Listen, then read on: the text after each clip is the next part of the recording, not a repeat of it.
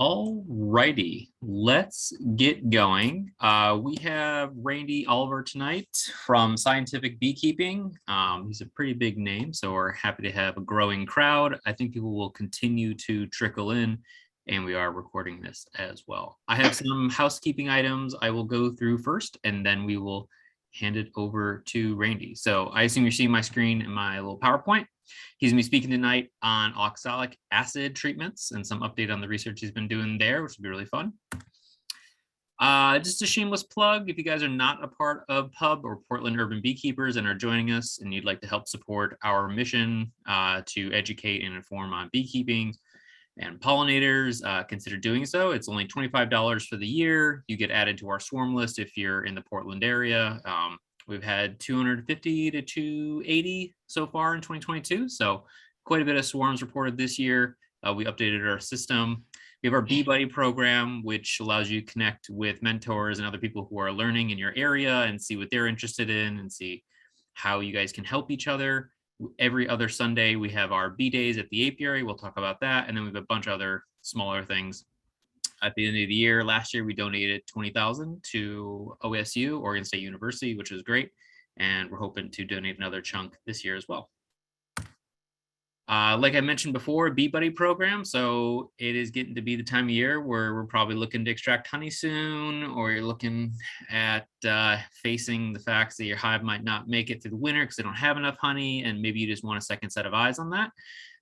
If you sign up for our Bee Buddy map, you can see other people who are next to you. So you'll get a little dot like this, and then you can see who is a mentor or somebody else that's trying to learn around you and connect with them. And then maybe you could talk about some things together. So a nice little way to connect outside of the meetings.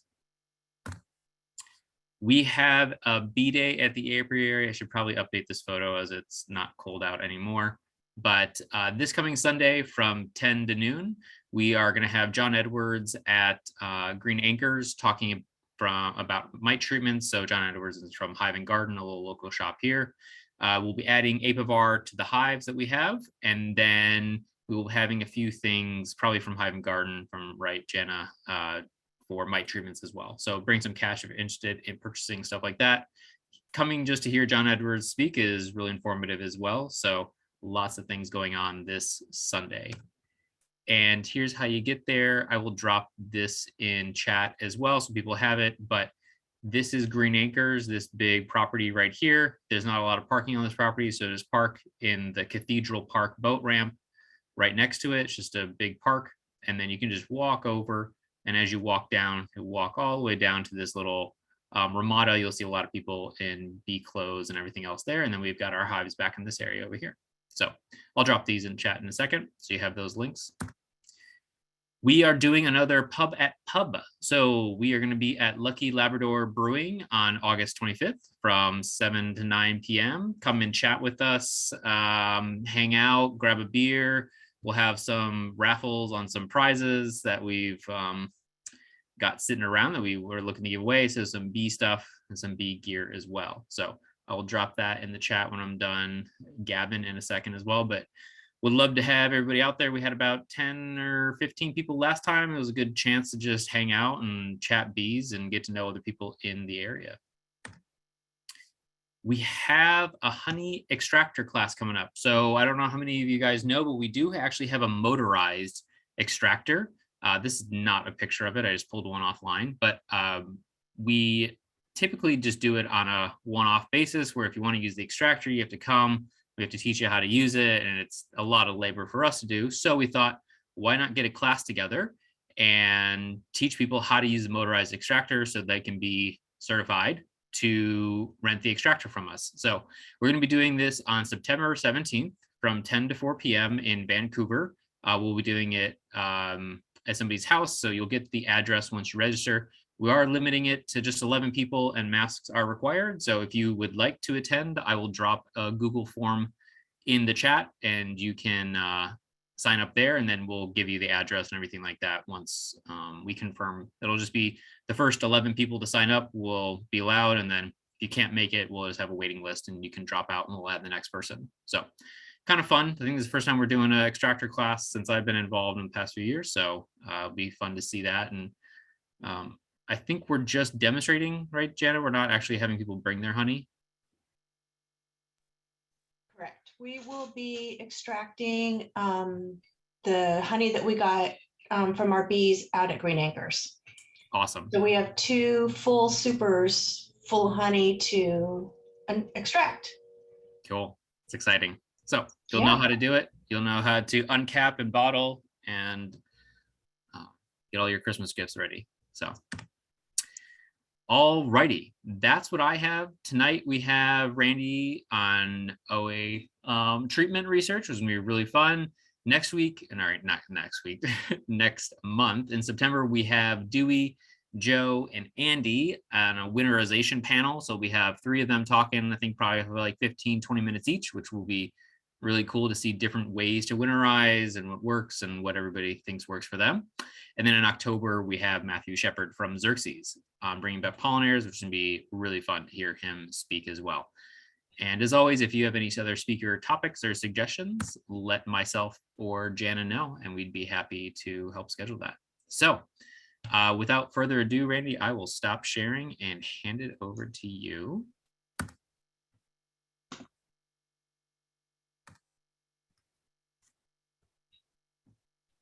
Let me unmute myself first. And hit this one right here. Share. Okay, slideshow. From beginning. And let me hide this panel. All right. Ian, do you see a yellow slide up there now? It looks great. Yes. Okay, now I'm going to change it. See if you. Oops, come on. There we go. Okay, did it change? Yep, looking good. Great. Okay, I have to get that going for, make sure that everything's working first, okay? Okay, so everybody out there, I was speaking in Connecticut over the weekend and had just completed a bunch of research projects, some of them just thrown together for haphazardly very quickly. And people were interested, so I threw together just some photographs that I had taken off my cell phone, and then afterwards added some captions to them and added some more yesterday. And then just now, and I talked to Jana an hour ago, so changed this around and put together this PowerPoint. So let's see how this works for the first time right here. And what I focus on is applied research rather than basic research, which a lot of universities focus on.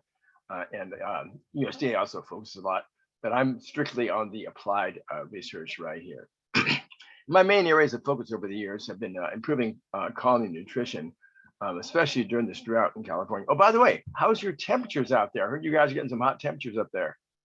It is toasty. It is less toasty, but it was pretty hot for a while. So okay, you can probably see the sweat on my forehead right now. It's really, really hot here. Okay, so what we I used to move all my bees out of state during the summer because of the dry conditions here in California. We learned we could use pollen sub. So I've done a lot of research on the pollen sub. And then after that, understanding Varroa. So I created the Varroa, Randy's Varroa model for people to use. And I'm not going to cover that now. And then we're in a big selective breeding program for mite resistance also, so in our 7th year of this, and making some progress. But until we have fully resistant mites readily available for everybody, we need to be able to treat for the mites. And so what I look for is sustainable management methods and treatments. After burning through fluvalinate and Coumaphos very early, we shifted over and we haven't used a synthetic miticide since the year 2001. So we've gone 20 years in a commercial operation without using any synthetic miticides. And what I've learned is, and I have other PowerPoints just on Varroa management, but I pulled these key points right here. First thing is you got to understand Varroa biology as much as you understand honeybee biology if you really want to understand how to manage the mite.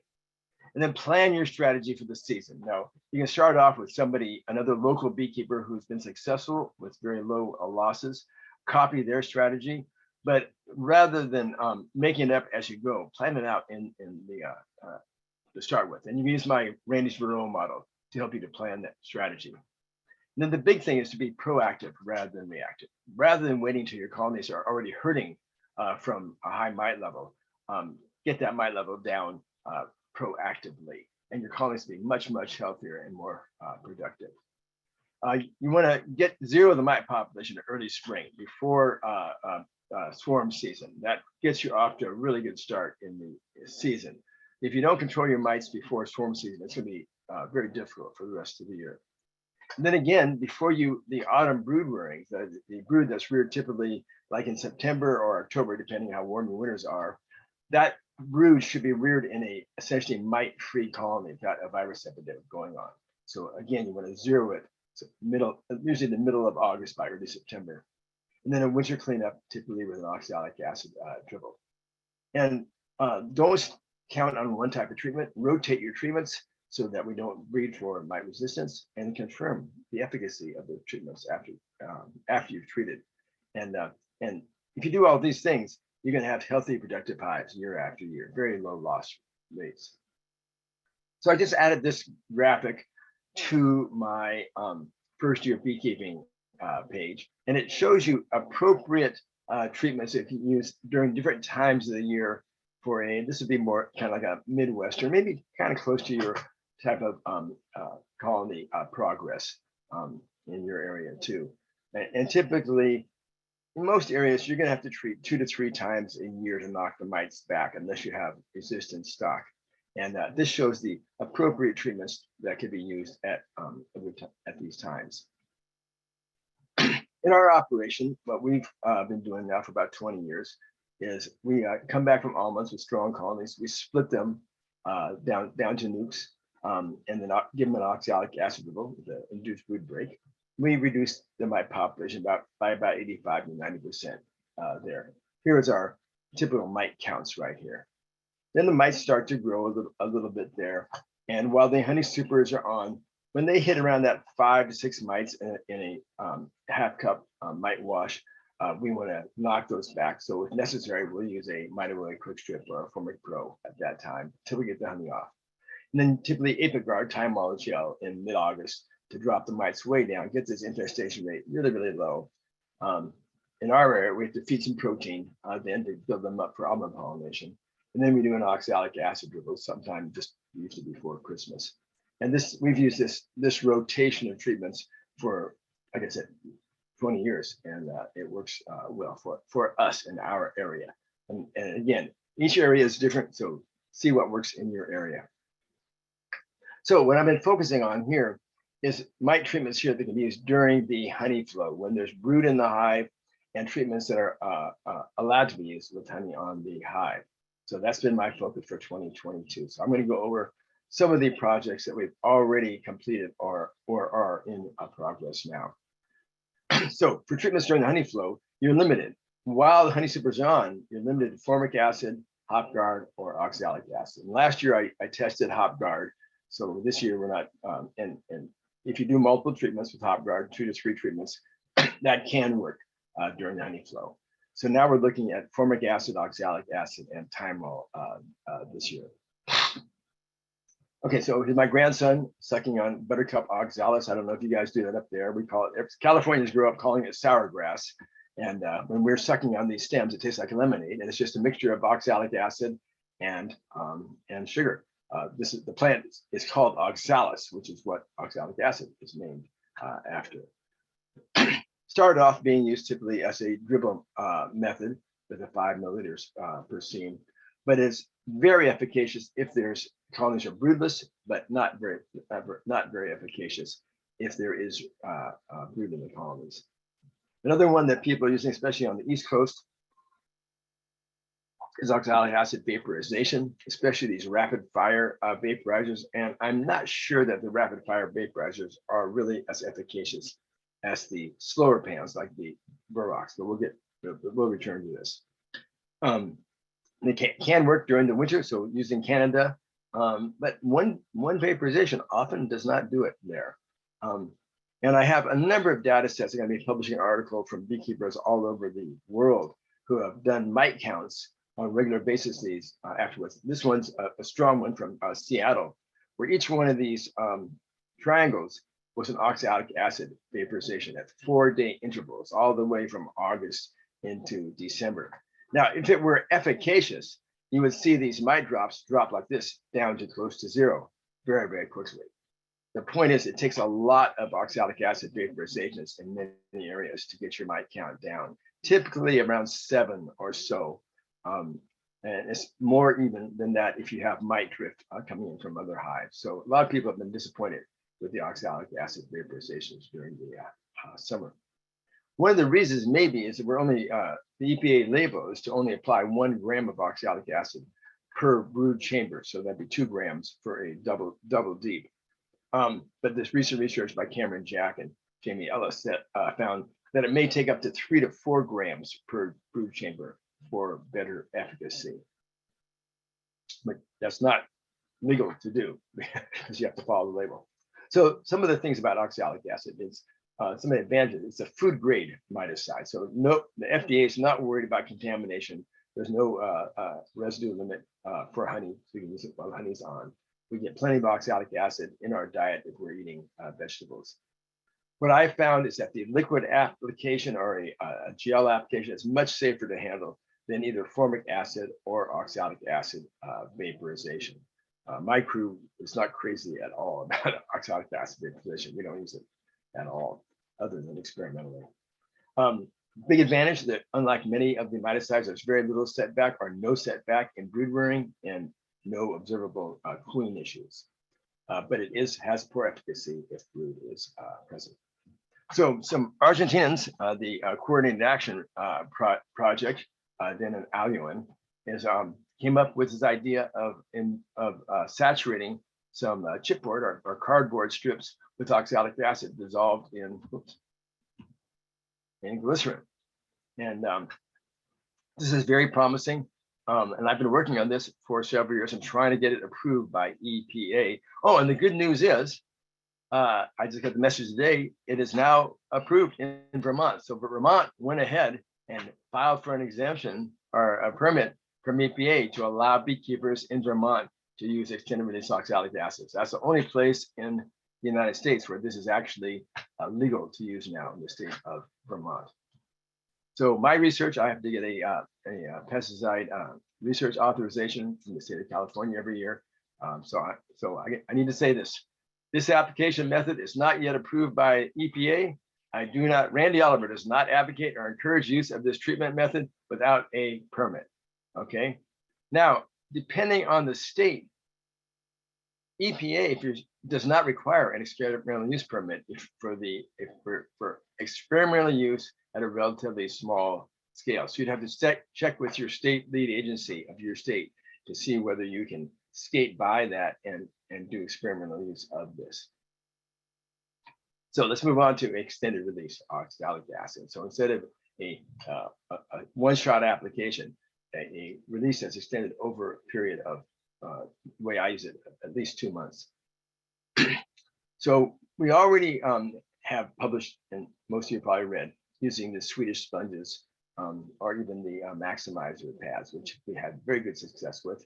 But I was curious about some of the other products. One reason is the Swedish sponges are kind of pricey. They're about $1 a piece. The maximizer pads have cotton or cellulose, but they also have a polyester fiber in them and 10% fire retardant. So I would rather stick with completely biodegradable matrices for this extended release. And the Swedish sponges I've already tested. You put these in the compost pile, they are rapidly biodegraded and composted. So I was curious about using pure cotton fabrics. I looked at a few. So I chose to test terry cloth, sweatshirt fleece, and then cotton quilt batting. And I tried a number of these. I came up with one that was strong enough and absorbent enough to test. And what I did is I took them. So there's a sponge for comparison, and if a half sponge, a 3.5 by 8 inch strip, holds anywhere from 100 to 112 grams of 1-to-1 oxalic glycerin. That's a weight to weight solution. This is the solution I prefer to use. Now there are other areas. In New Zealand, they like a 1 to 1.5, so a little higher glycerin. And Argentinians came out with a 1 to 2.5, a very high glycerin. But I found we had adverse effects upon the bees with that high glycerin content. We like the handling characteristics of the 1-to-1 by weight the best so far. Anyway, so the cotton terry cloth held even more than the of the solution than the Swedish sponge. The sweatshirt fleece a lot less, and then the cotton batting about the same amount. So we prepared up a bunch of different strips. Here's the sweatshirt felt, the Swedish sponge, terry cloth, and then the cotton batting right here. And we applied them to 56 hives blocked by starting mite count on May 27th. We took final counts at the very end of July after 72 days in 2 different yards. And the 2 different yards turned out to be very, very different. One yard was much drier than the other yard. So I haven't had time to work this up. So I just put this raw data here just minutes before we started right here. So what we're looking at, here's 1 yard. This yard had a better bloom, a little moisture. This yard was just bone dry. So if we look at the, and what I did is, here's our starting mite counts in this column, our ending mite counts right here, the means and the medians. And then this is the change from starting count. So if this is a 1.0, that means that the count did not change. If it's like 0.24, that means you only had about a quarter of the ending mites that you started. And sometimes the mean and the median were different. The median kind of takes out the outliers. So what this showed is that the moisture yard, you only had about 8% as many mites at the end as you did at the beginning. For the sponges, we had 16%. So on the median, so even the felt did even better maybe. Terry cloth 16% also, and for the 16% for the white batting. So they all actually performed just about the same in this yard here.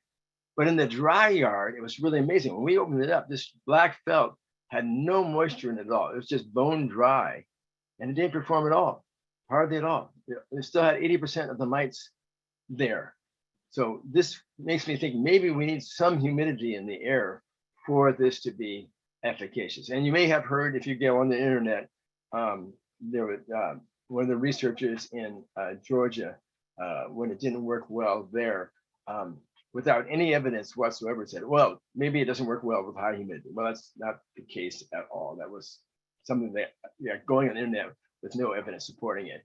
It's actually, it may not work as well in areas of very low humidity, which would not be a concern for you guys. You have enough humidity there. So we only got 80% or 20% control right here of the mites. So about the same for the terry cloth, and they actually went up with the white batting here, which was amazing because they went down so much at this yard. The only one that worked in the dry yard was the green sponge, which were still at the end of the trial. These were still juicy with the glycerin, whereas all of these other ones looked bone dry. So this was really an eye opener for us, how important it was to have some humidity in the area there. Okay, so then moved on to other trial, and we're looking at oxalic acid dribble methods. And typically you put on 5 milliliters per seam of bees in 50% sugar syrup. Some of people I know have switched from sugar syrup to glycerin because the bees don't tend to ingest it with the glycerin, and it also hangs on their bodies a bit longer. But there's a researcher out of Estonia that I corresponded with, who does great research, Halle Komena, and he used 20 milliliters instead of 5 milliliters. So you got more distribution on the bees. And he found that he published a big paper on this saying, hey, you don't even need the sugar. It works well with 20 milliliters. You can't put sugar in.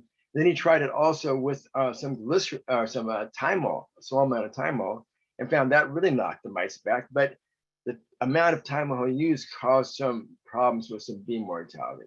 So I made up a solution for 20 milliliters with the same amount of oxalic acid, but a small amount of the same ratio of glycerin that you would use here after the water evaporated, and about a third the amount of Thymol that he used, just to get something that would irritate the mice and maybe get them to walk around over move around, and to get the mice to come out and walk over the bees because they're irritated by the Thymol. get exposed to the oxalic acid. So we did 4 dribbles at 4-day intervals. So this is very similar to putting on oxalic acid vaporizations. And then we checked for mic control at the end, and we got relatively poor mic control, similar to with oxalic acid vaporization. So we were surprised by, even with these 4 dribbles, relatively low efficacy. And here was Tammy, one of my helpers, putting on the 20 milliliter dribbles down each team of these right here. Okay, so now what I'm moving on to now is I'm curious why these different oxalic acid application methods work or don't work. And it appears that it's not about the oxalate ion, but it's about the acidity of this. And we use oxalic acid simply because it has the highest association constant of any organic acid. But you could also do it with lactic acid or citric acid, which I'm going to be experimenting with starting here soon. So it looks like it's just about the acidity. So what I'm doing is I'm testing to see how much residual action there is. So when you put on a miticide, or an insecticide, some have very short residual action, like the pyrethroid. So if you want to have a flying bug spray, you get a pyrethroid that has very short residual action, and then it's not harmful to insects anymore. Other ones, like the chlorinated hydrocarbons, have very, very long residual action. So I was curious how long the residual action is on the bees. So what I did is I looked at the different application methods approved by EPA: the dribble application, the vapor application, the spray application. For each one of these, they specify how much you put on per seam of bees or per colony. So I can estimate 2,000 bees per seam of bees and come up, divide the dose by the number of bees, and come up with how many micrograms, how many millionths of a gram of oxalic acid would be applied to bees at these different application methods. So with dribble, it's about a little over 100 micrograms per bee. The spray application, the EPA label, is also about 100 micrograms per bee.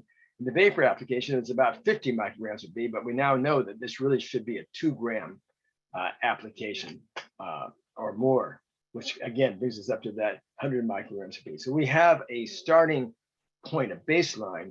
We really want to be seeing about 100 micrograms per bee average there. So to check now, I'm doing chemical titration using an indicator that changes color with pH, so you can make calibrated solutions and determine how much acid. Now, I'm not saying how much oxalic is on there. I'm saying how much acidity is on there. That's what you titrate for the amount of acidity on the bees. And if you drop in a bee with some acid on, so this bee, based upon the color change from the blue to the yellow, I can tell you right now, this bee had about 50 micrograms, or maybe 60 micrograms of oxalic on its body. 100 micrograms, it would have gone clear to orange. And then I can drop back a calibrated titrant of sodium hydroxide, 1 drop at a time. And this is calibrated, and each drop is equivalent, in this case, 10 micrograms. I also have one for 1 microgram. And you count how many drops go in here to change the color back to the starting color. And that tells you how many micrograms of acidity equivalent to oxalic. I'm doing oxalic acid equivalents, but I'm not titrating for the oxalic acid. I'm titrating just for the acid equivalent of that many micrograms of oxalic acid. One of the things, I started doing this back in 2018, and I kind of tabled it for a while because I found I had taken a whole bunch of samples and frozen them with bees treated by different application methods. But when I put the bees out on the bench and titrated them and then left them there for a few days, the dead bees at room temperature, normal condition and room conditions, and would titrate them again, the acidity was less.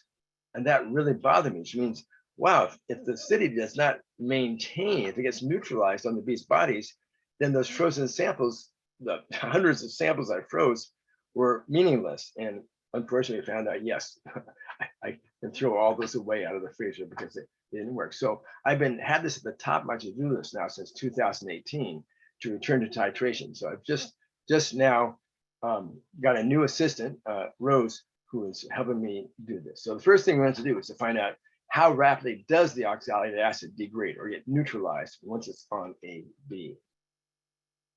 So we took some bees, fresh from a hive, stuck them in the freezer, waited till they died from being frozen, and then quickly dipped them in and out of various oxalic acid solutions, and then dumped them out on a paper towel and let them dry, and then immediately started titrating them and titrated them for the next several days. We also, I don't have a picture of it, we also put some of the bees in a plastic cup and then put a very light oxalic acid vaporization over them, and then checked it under a microscope to see that they had some oxalic acid crystals on their body hairs, or actually setae right here. You can see little tiny crystals right here. If I blow this up, you can see the sparkling crystals. So these crystals here are oxalic acid on the bee's body. So I use those to titrate also. And here is the results of what we got. So we also put some oxalic acid in water straight onto a plastic cover slip and let that sit at room temperature also. And as you can see, over 12 days, there was no loss of acidity from that. But we also put some oxalic acid in glycerin on the cover slip, and that did have a loss of acidity. And we started out with about 90 micrograms per bee. So we're right in that right range right there to get going. So we know if just straight oxalic acid, the water evaporates and there's no loss of acidity. If you add glycerin, there is. If you vaporize it, so here's vaporization, and you would think vapor, and this is on dead bees. So you would think that vapor, if you don't get any loss of it on a cover slip, you wouldn't get lost on a dead bee, but that's not the case. This is by the hours of the first day right here. And look at this, you're starting at around 100 micrograms. These are all should be times 100 micrograms per bee. You're down to 70 by the next day when we titrate after 24 hours. And then it drops rapidly. By day 6, you're down to very low levels, even on the dead bees.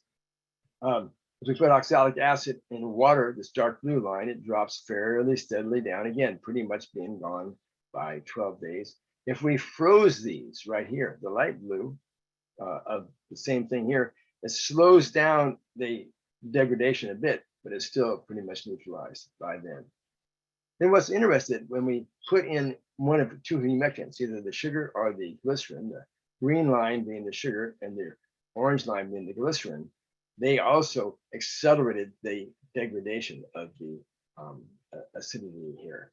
So we found this very interesting. So now we know if we're going to do titrations, we need to get out there and do them immediately, like within the first hour, to see what is actually on the bees, and then we can compare the degradation over the rest of the days. So once we did the lab work, we can start going out into the field and quantifying them. So here's Rose, my new assistant. She is not a chemist, and she isn't even a beekeeper. She's now learning to be a beekeeper, but she was really eager to get going on this, and she's just been a great helper now for the last month. And I made a portable table here and a chair that she can sit at and run these titrations right in the field. It takes about 15 seconds to do a single titration. So we've done hundreds of these. And here you can see she's putting 10 bees in a vial, and that allows you to come up with an average oxalic acid residue per bee for 10 bees. We find this is all because there's variation from bee to bee in the hive. Getting an average for 10 is a very good number for us. So here's what we've been doing: going out, running a plastic cup here down the face of a comb, selecting some bees, then taking a carbon dioxide cylinder and using a needle here to squirt it through this hole and giving it a little squirt of carbon dioxide, which immobilizes the bees for a few minutes, allows me to pick up and count 10 bees and drop them into the test tubes. So what we do is we start off with them all exactly the same color. We do not titrate one of them. We use that for our color reference so we can match these colors back after that. So again, they start off always all the same color. Now, when we drop 10 bees in, look at the difference in colors here. So this one, these 10 bees did not have that much oxalic acid or acidity on them, these two were pretty much the same. With this one, by the yellowness, these bees had slightly more acidity than, so we go from most acid, little less acid, and back to the color we're going to go to. And then after we titrate it and bring these colors all back here, we know that we had 50 micrograms, 50 millions of grams. So that'd be 10 bees. That'd be 5 micrograms per bee here, 6 micrograms per bee here, and 30 micrograms or 3 micrograms per bee here. So very, very accurate being able to do this. Okay, so once we did that, and we checked that after oxalic acid vaporization. I don't have the data written up to show you. We did vaporization and a couple of dribbles over 12 days. And then we finished up the trial, that study due date trial that I showed you the data for. And I said, well, the Swedish sponges still look good. They still look wet on that dampness right there from the glycerin. Let's go and take samples of bees from these after 72 days in hot weather and see what kind of residues are still on the bee's body at that time. So I took these pictures yesterday. So this is on the top of my car. So we started off with we did five samples at a time and one reference tube here. And then I would put it right on the top hive, right on the top bars, and then pluck bees out from between the top bars here and drop them in here. I'm doing 3 bees at a time in here, small samples to see how much variation there is. And you see right here, they all changed color. They all have some acidity, but a little bit, some a little more than others. And then when we also did control bees from another hive. And you see, you can drop your bees in. There were 3 in each one of these. It doesn't kill the bees. You can dump the bees out alive after we titrate them. But you can see there's no change in acidity. So in any hive we looked at that was untreated with oxalic acid, there's no sign of acid at all. So here's samples we took from 3 different hives, either 72 or 73 days after application. And I did 10 bee samples. I did single bee samples, 3 bee samples, 5 bee samples. And then this is your average microgram equivalent of acidity per bee on these.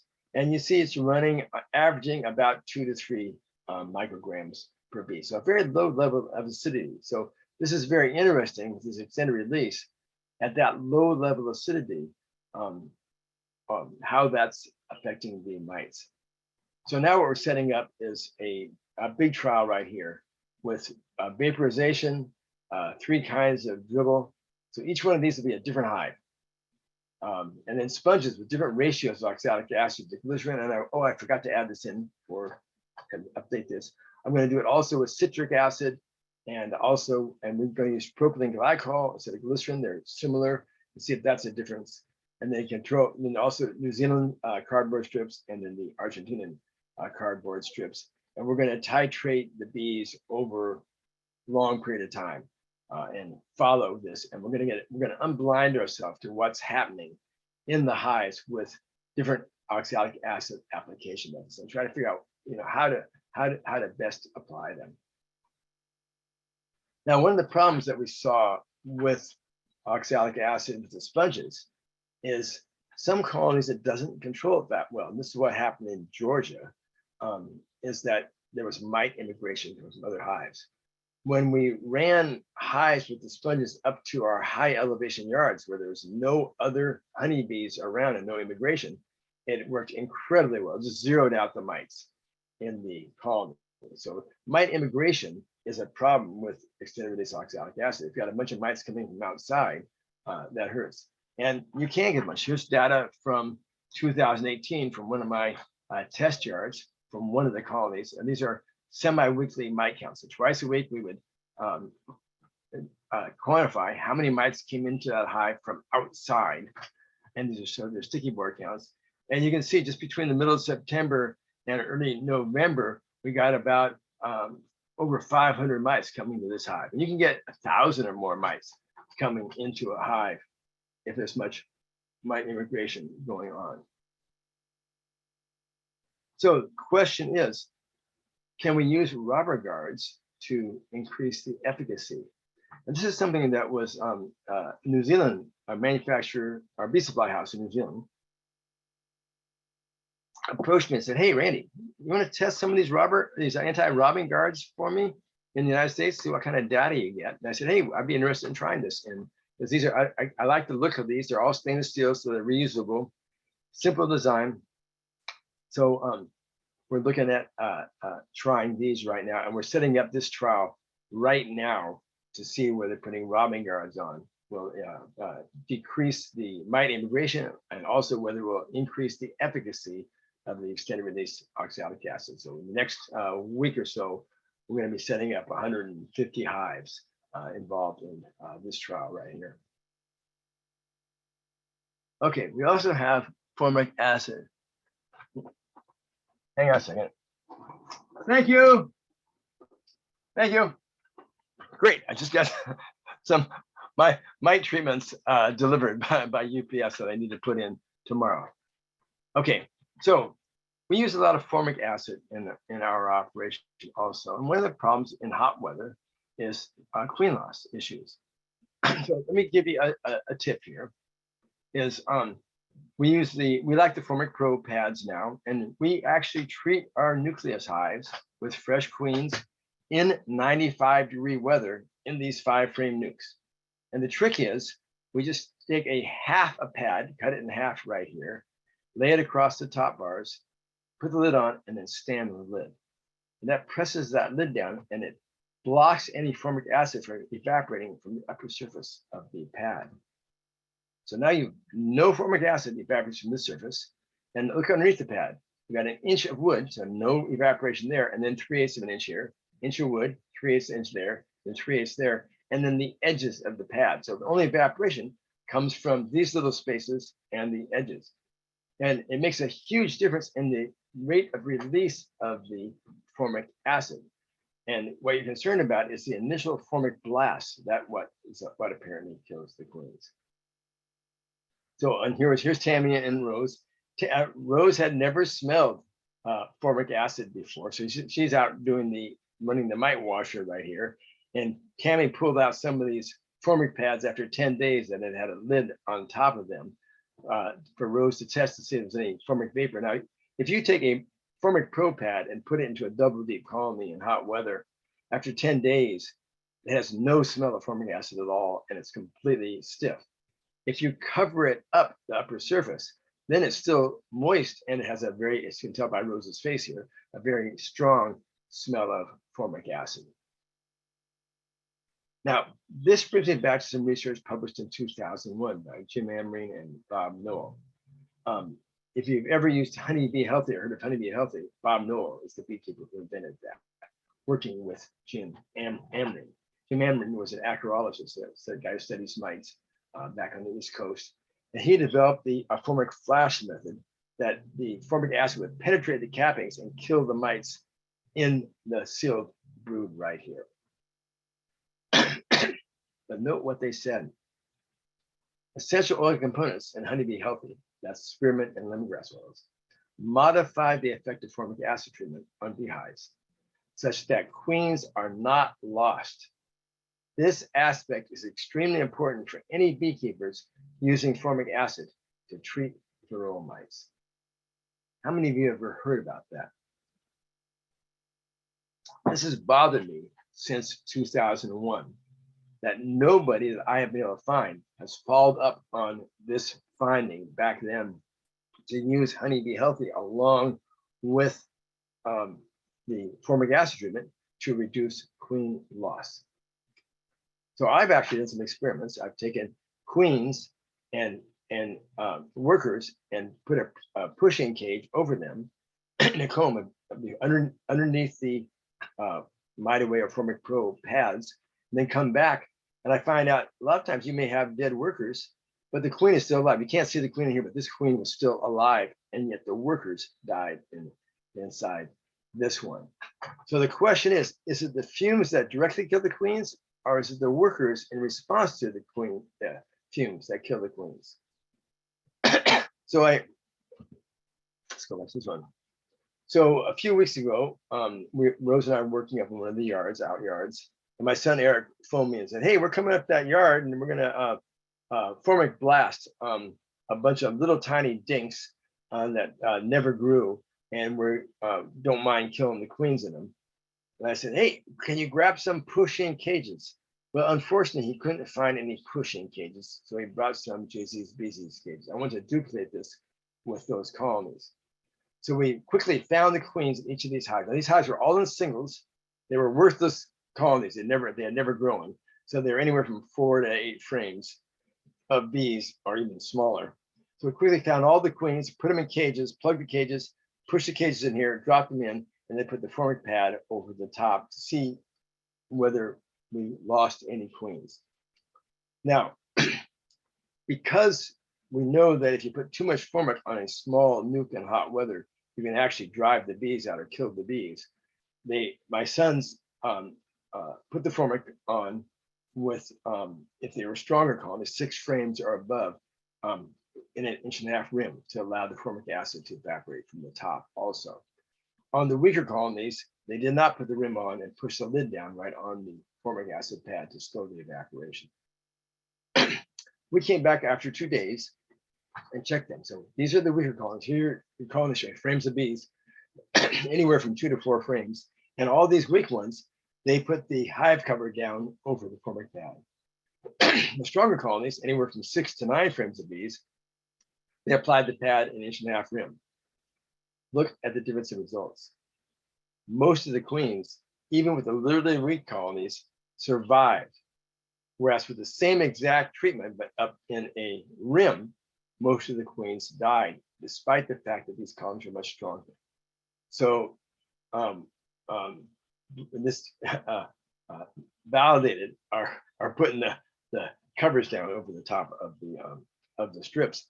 But what's interesting here is I didn't really learn much. I was trying to come up to see whether or not we can consistently kill the queens with formic acid, so I can test putting the Honey Bee Healthy in here. But unfortunately, if you look back here to here, the problem was Eric couldn't bring me pushing cages, so I could not include worker bees attendants around the queens. So we don't know whether the queens died directly from the formic fumes or whether they died from the bees not feeding them or giving any moisture during those 2 days. So unfortunately, we have not yet come up with a method to consistently kill queens so I can test the Honey Bee Healthy. So I'm hoping to do that yet. So then I had a brainstorm, and I had done this earlier in the season. What if you simply took the wrapper that the Formic Pro comes in, the foil wrapper, and you know what? Hey, Jana or Ian, I'm not seeing any faces. So I'm not sure that anybody's even hearing me anymore. Nope, Yeah, we are. Yeah, sorry. Okay, good. Yeah, Okay. My computer crashed, so I just turned off my video because it just kept happening. So Okay. Yeah. Okay, great. Sometimes I find myself just talking to nothing and I don't know about it. No, that's awesome. Keep going. Okay. So I covered, I set up double deep of drawn combs, no bees. Okay, so we wouldn't have any effect of the bees ventilating, and put several Formic Pro pad strips down. So these are average mean values right here. And half of them, I covered them with the wrapper on the top, and half of these are covered, the red, and half I left them uncovered by the manufacturer's recommendation treatment. Now, this is based upon literature. This is probably the optimal range of gram weight loss per day. How many grams of 65% formic acid are lost per day? So this is my weight loss each day. It tells me how much formic was released. Notice the huge difference on the first day on the slash. The uncovered strip released almost twice as much formic acid, or yeah, more than twice as much as the covered strip. Because of that, in subsequent days, the covered strip was able to release more formic acid over an extended period of time. But really, with the Formic Pro, it looks like we only got about 2 days in the optimal area with a single strip treatment. Now, if you double this, put 2 strips in to a hive, then this extends out for a few days. So when I'm wondering, well, what if we covered those strips when we put them in the hive? Could we deal with this initial 1-day flash off that seems to kill or cause the queens to die, and actually get better mite control by extending this out here. So we set up experiments in 2 yards, and 2 different things. In 1 yard, we just gave every colony a single strip and took the wrapper and put it over the top, and then 10 days later, repeated it. So all the colonies in that yard all got a double 2-time dose of a single strip of Formic Pro with the wrapper over it. And we wanted to see if we got queen loss or what kind of mite control. So here we go right here, 1 Formic Pro strip covered, applied 2 times. And we sorted this by colony strength. The weakest colonies here, the strongest colonies. So we had colonies from 6 frames of bees up to 26 frames of bees right here. So large colonies, small colonies. We got better mite control. So the starting mite count is in the blue. This 115 starting mite count, very high. And the ending mite count is in the red. So pretty big reductions on these little tiny colonies, less reduction on the big colonies. And the big finding was 0 queen loss. Now we had run the same experiment in the same yard 2 years before at the same time of year, and we had quite a few of the queens get replaced by their colonies. Very few went queenless totally, but they replaced their queens. So they did have a queenless period where those queens got reared and mated. It takes about 26 days to replace a queen until she's laying again. So we waited until they had plenty of time to do that, and they had replaced their queens. Many of them took like 40 days actually before they had a laying queen after the treatments. This year, with queens of the same age, we had 0 queen loss. So, but we also had these all covered. So we're wondering, wow, was that because of the coverage? And we don't draw conclusions yet. Then we looked at this rather poor mite reduction. We're seeing still a lot of red here afterwards. So it's an average reduction of 54%, which is just about the same that we got with the uncovered strips 2 years ago. So because it's sporadic how well it works there. So the big difference was less queen loss, about the same amount of mite control. Now in the other yard, we only did 1 strip application, and half of them were covered and half were uncovered. So we compare the amount of mite reduction from 1 application. So what we did here, instead of doing the second application, we waited 21 days after application, so the mites on the bees could come in equilibrium with the mites in the brood, so we compare the starting and ending counts. And again, what you see is a lot of red left relative to blue, so pretty poor mite control, but that was only with one treatment. And the thing is, we only lost in the uncovered, we only lost 1 queen and no queen lost here. So why we only had 1 queen get lost here, we don't know why that was. Maybe because it didn't get the second treatment that they would have gotten, that they had gotten in 2018. So I guess the take home here is, if you want to avoid losing queens, covering that strip does greatly reduce or eliminates queen loss, and gives you about the same kind of mite control. It looks like that. So we weren't done yet. We still have mice in those hives. So we said, well, maybe we should do some more experiments. So we said, what if we left the 2 strips in the package and just cut the ends off the package, leaving just an opening at each end and laying it in the hive like this. Now we didn't want to lay it crossways because you only have Formic coming out here and at the end, and that means it would come out over a honey frame or a honey frame out here and avoid the brood area. So we laid this one lengthwise, or a few of these lengthwise, so that the Formic frames would be right over in the middle of the brood area. And then one of my helpers said, well, Randy, what if we cut them in half again and laid them like this? So now you have an opening here, opening there, opening there. And so now we have Formic vapors coming out right in the dead center of the brood nest right here. 2 strips inside here, but slow release. And then we put, like Amory did, we put entrance reducers in here. So these reducers in hot, where's this 95-degree weather? 3-inch wide opening, 3/8 inch high. So a very small reduce. If you did this with the uncovered strips, you would have killed most of the bees in the hive. We know that from experience. They would either all beard out, end in the hive, or die in the hive.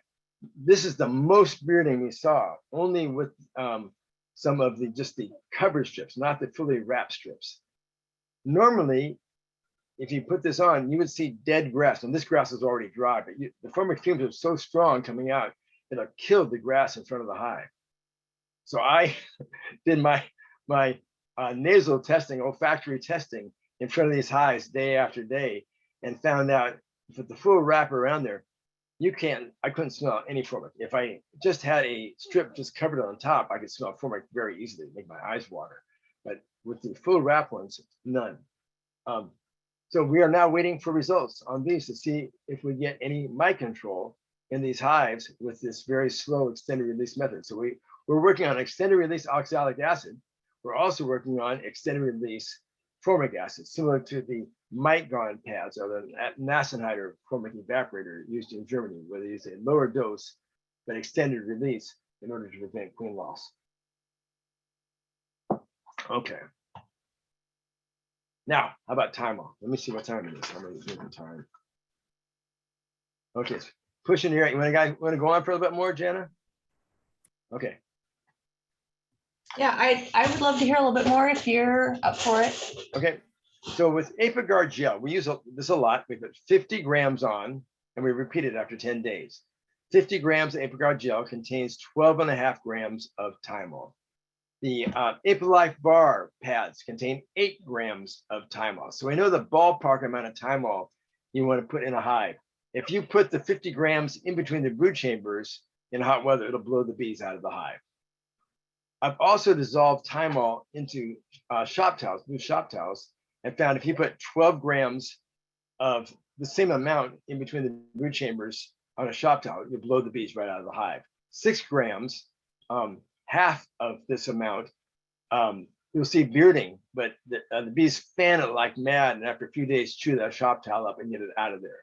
So we know kind of what the bees will tolerate inside the hive for how many grams of Thymol.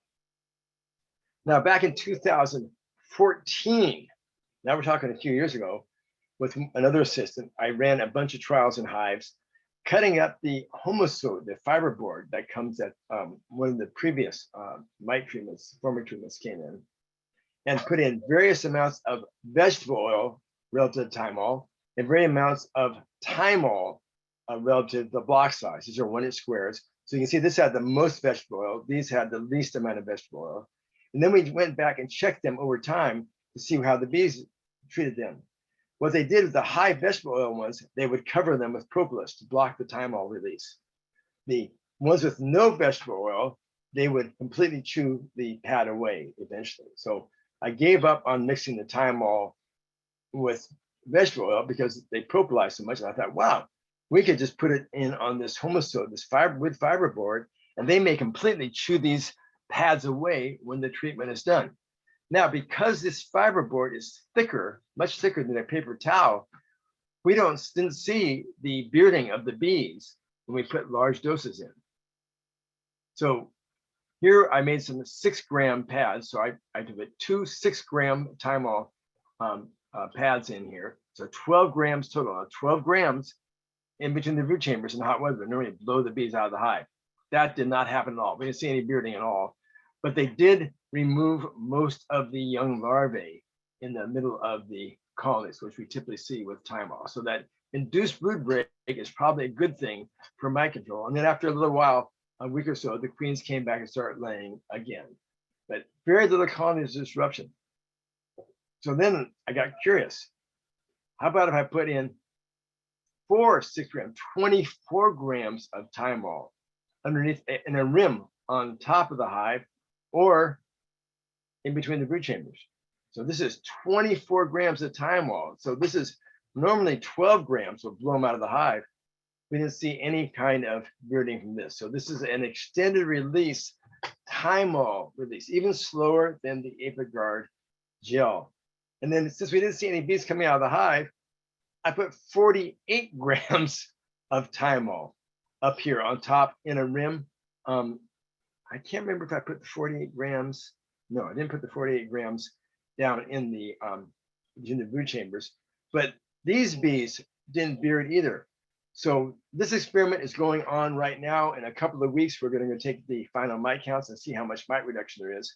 But this may be a novel application method for Thymol in hives and other extended release. So what I'm doing is I started with the oxalic acid extended release, and now I'm looking at also formic acid extended release and also Thymol extended release to see if we can come up with hot weather mite treatments that that work.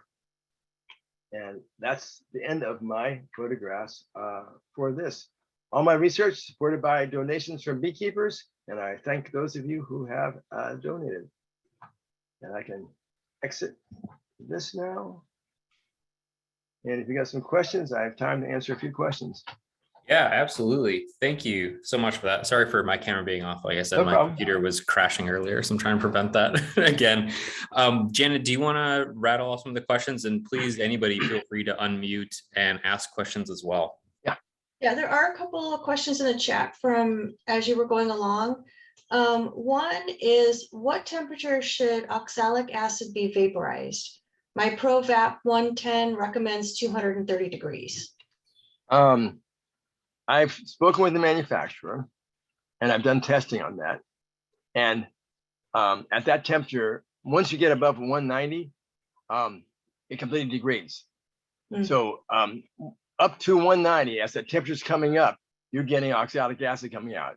After 190, you're not getting oxalic acid coming out anymore. That is now completely degraded to carbon dioxide and water. So the 230 appears to me to be too high. I did initial research on that. And the way I did it, you take a Mylar balloon, you make a little piece for it that you can put the tube from the ProVap into there. And if you've seen that big cloud that comes out of your ProVap, you blow that into a Mylar balloon, and what would you expect to see happen? It would blow up. Right, you'd expect that. Not at all. Doesn't blow up in the least, because the oxalic acid vapor immediately recondenses and back to solid crystals of oxalic acid inside the Mylar balloon. So there's nothing to blow it up.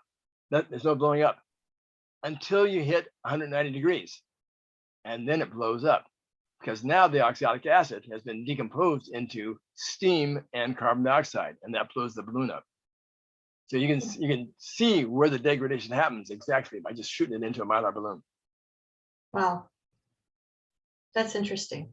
So in answer to the question, my impression is you shouldn't go over 190. That's good to know. Thank you.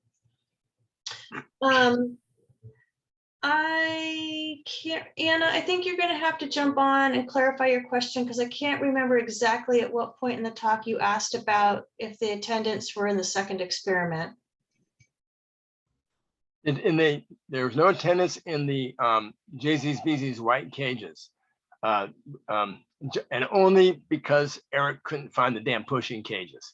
So that was, sometimes we do these ad hoc experiments. That experiment was set up and designed in about 30 seconds because I got a phone call from my son saying he's heading over it with a truck. So you don't have time to set it up. So you take advantage of what you got. Okay, and then how was Honeybee Healthy used with formic acid to reduce the queen loss? And Amreen, he made these formic evaporators. It was a piece of felt the size of the full brood chamber that would go into the hive, and you pour liquid oxalic acid on it, or liquid formic acid on it. He would also pour on Honeybee Healthy along with the acid, and that he claims that it greatly reduced the queen loss. And I've talked to David Vanderdusen, the owner of Not Apiary Products, and asked him if he's followed up on that. He hasn't followed up on it. No researcher, I've done literature search. I haven't seen any researcher. Isn't that amazing? Yeah. That was published in 2001 and nobody has followed up on that. Is that considered mixing applications at that point too? Mixing applications of what? Well, because you're mixing the Honeybee Healthy and the formic acid together, right? Yeah. But Okay. are you considering Honeybee Healthy a viroicide or an inert? I don't know. I guess that's the question. Yeah, it just seems. I don't know. I feel like they always say follow the label, don't mix things. Just didn't know if that would apply in that situation as well. Oh yeah. So yeah, probably most of everything you saw here is not EPA approved. Right.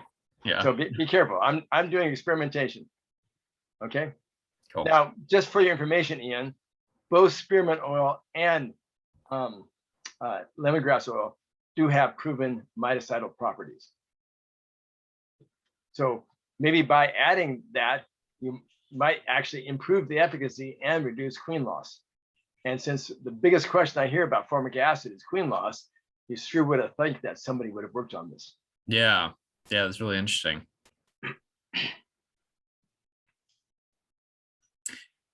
Cool. Next question. Next question says, I am fascinated with the idea of using the half strips with just the ends of the package cut off. It would Us make too. handling so easier. How soon will you have initial results on mite control using that method? It'll be about 2 more weeks. Yeah, I like to go 21 days after a treatment. That allows the mites. So many of these treatments, they kill the phoretic mites, the mites that are the dispersing mites on the adult bees, but not the mites in the brood. So if you go back to a mite wash to check for efficacy, it can fool you. So I like to wait for at least 21 days so that they can come back into equilibrium, and some of the mice the unkilled mice that come out of the brood, come into equilibrium with the live mice that go back into the brood, and you get your representative mite wash count works. So we put them on about a week ago, so we got about 2 more weeks. Excellent. And then, so once you have results of these, do you get with the companies and say, hey, this is what I found out, and then work with them to try to change application methods, or? The companies What follow happens? me closely. What? I speak with the companies closely, yes. Excellent. And I convert at conventions. I have dinner with them. You know, I was on the phone with one of the big companies today, and they just the next day aired me some treatment. So yeah, so they're very interested. Nice. That's great that they're responsive. How is your mite resistant breeding program progressing? What percentage of your colonies are resistant? It's looking like we started at about 0.2%. Okay, so very, very few. We're up to about 20% this last year. We'll see what's happening this year. We just, right in the middle right now, we saved our breeder queens. We had 1 yard from 1 queen that exhibited about 50% resistance in that yard. And that's a magic number, because that means it might have gotten into the maternal line, in the maternal genetics. When you hit 50%, that means the queen might be carrying the genetics rather than coming from a drone. So we brought all those queens to 1 yard. We just grafted off of them and mated them out with the drones, predominantly the drones from those same ones, intentionally doing some inbreeding at the home yard right now. They're mating. Actually, we saw virgins yesterday, so they're going to start mating the next day or two. So we're hoping to maybe lock those genetics in and fix them in a maternal line here, and we'll see what happens. Keep your fingers crossed. I will. Someone says, sorry, could you repeat the procedure for the covered formic acid treatment? I missed it. We just take the foil wrapper and put it over the top of the pad, and then the bottom bars of the second box tend to press it down over the pad. So if you do it with 2 pads, we take a pair of scissors and just split the wrapper in half. If we just put in 1 pad on, we put the full wrapper over it. It's just the Mylar wrapper. But this is experiments. Nobody should be copying any of this because I haven't shown you the results yet, except for the loss of the reduction in queen loss. It definitely appeared to reduce the queen loss. When you refer to Thymol application, are you referring to Apogard specifically or a mixture that you made? If I say Thymol, I mean pure raw Thymol, pure white Thymol crystals. Okay. The Apogard is 25% Thymol. And what I do for that is I take the Thymol, dissolve it in denatured alcohol, make a saturated solution, and then you dip whatever absorbent matrix into it. It absorbs instantly into there. You pull it out, and in a few hours, all the alcohol evaporates right away, leaving the Thymol. Thymol evaporates very, very slowly. People don't realize how slowly Thymol evaporates. There's almost no evaporation in Thymol. So the alcohol evaporates very quickly. I can weigh them before and after. I can confirm how much Thymol is still remaining inside the pads. And that's how we do our figure our applications. That is not an approved way to apply Thymol in the United States.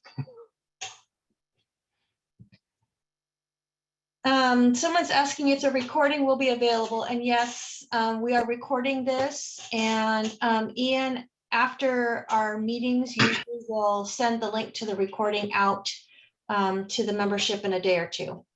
I hope you're recording to the cloud, Ian. Pardon? Did, yeah. Yes, I learned my lesson on that one a few meetings ago. So, Okay. yeah.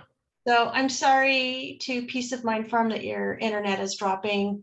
Ian's had a little problems with his computer tonight too, but we are recording, so you should be able to watch that in a day or two. Awesome. Any other questions? Feel free to unmute or drop them in chat.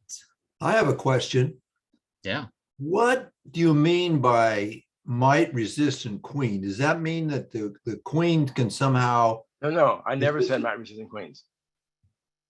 Mite resistant colonies. Well, mite resistant colonies, that means they can tolerate mites? No, that's mite tolerant colonies. So, resistant means that they don't allow the mice to reproduce.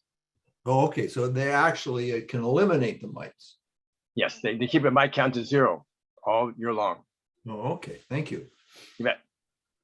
And do they do that via like biting them off of other bees? Are they uncapping cells to do that? The trait, Dr. Stephen Martin has traveled around the world looking at naturally resistant stocks of Apis mellifera, and the universal trait is not hygienic behavior nor biting. The universal trait is uncapping behavior. And that is the behavior we see in our stock also. We're not selecting for any trait at all. We're just selecting for them keeping the mice down to 0. But we see lots of uncapping behavior and some removal, which would be not hygienic behavior, but Varroa sensitive hygiene.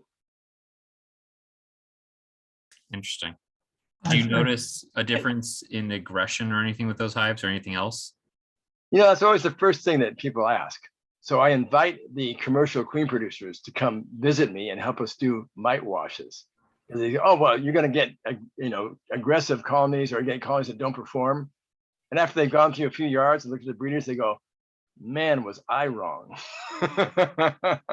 No, they're often, they're the most gentle colonies. Hang on a second. Let me show you my, okay, I'm going to share my screen here. Hang on a second. Oh. How do I get to share screen? Hang on, give me a second. Share screen.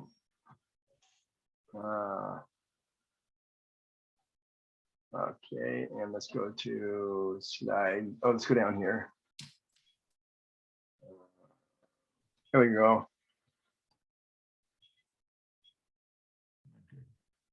There I'm assessing gentleness, okay?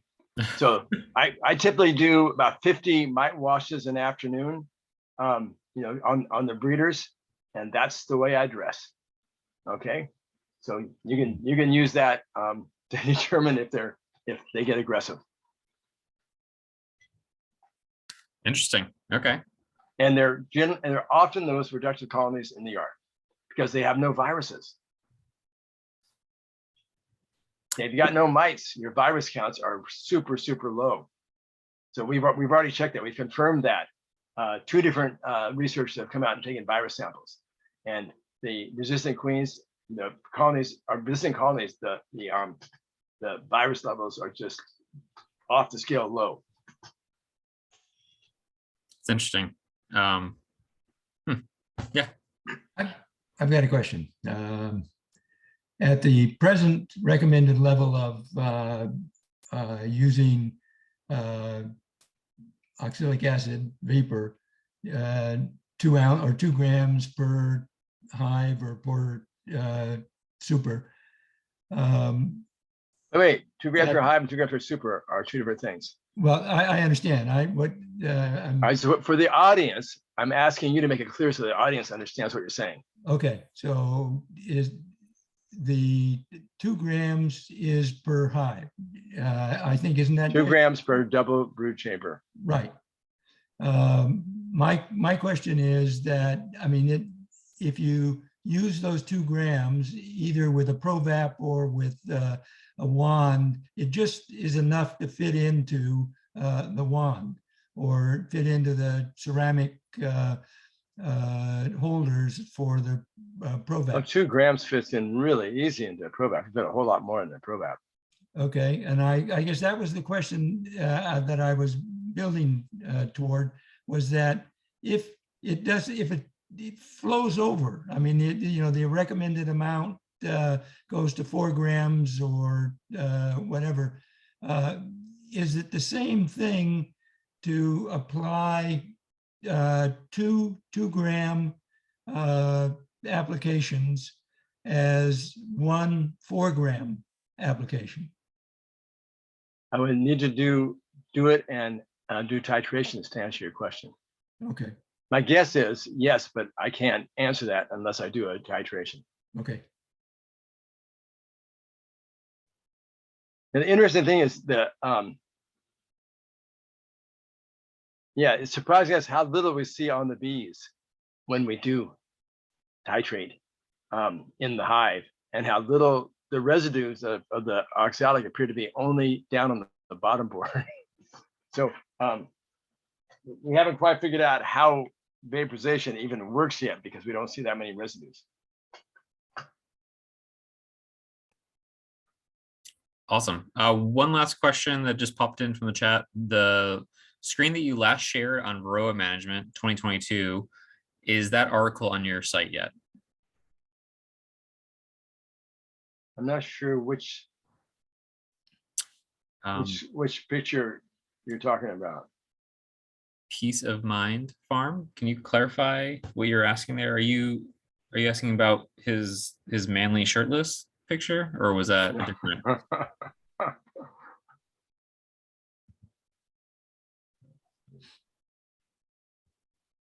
Which one are you talking about? I'll go to the beginning. Okay, there's the beginning.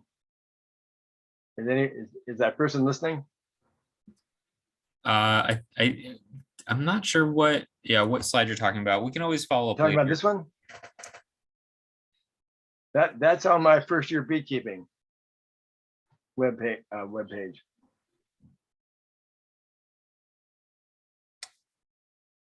They can always contact you later, right? At randy@randyoliver.com too. Yep. Perfect. Cool. Okay. Awesome. Well, I really appreciate it. It was fantastic having you on, and Great. thank you for your time and everything. If we don't have any more questions, I will let you go. And All right. Time for dinner. time for dinner. Thank you very much. Really appreciate it. And All right. all your research and everything you do. So thank you. Okay. Night night. Thank you, Randy. You bet.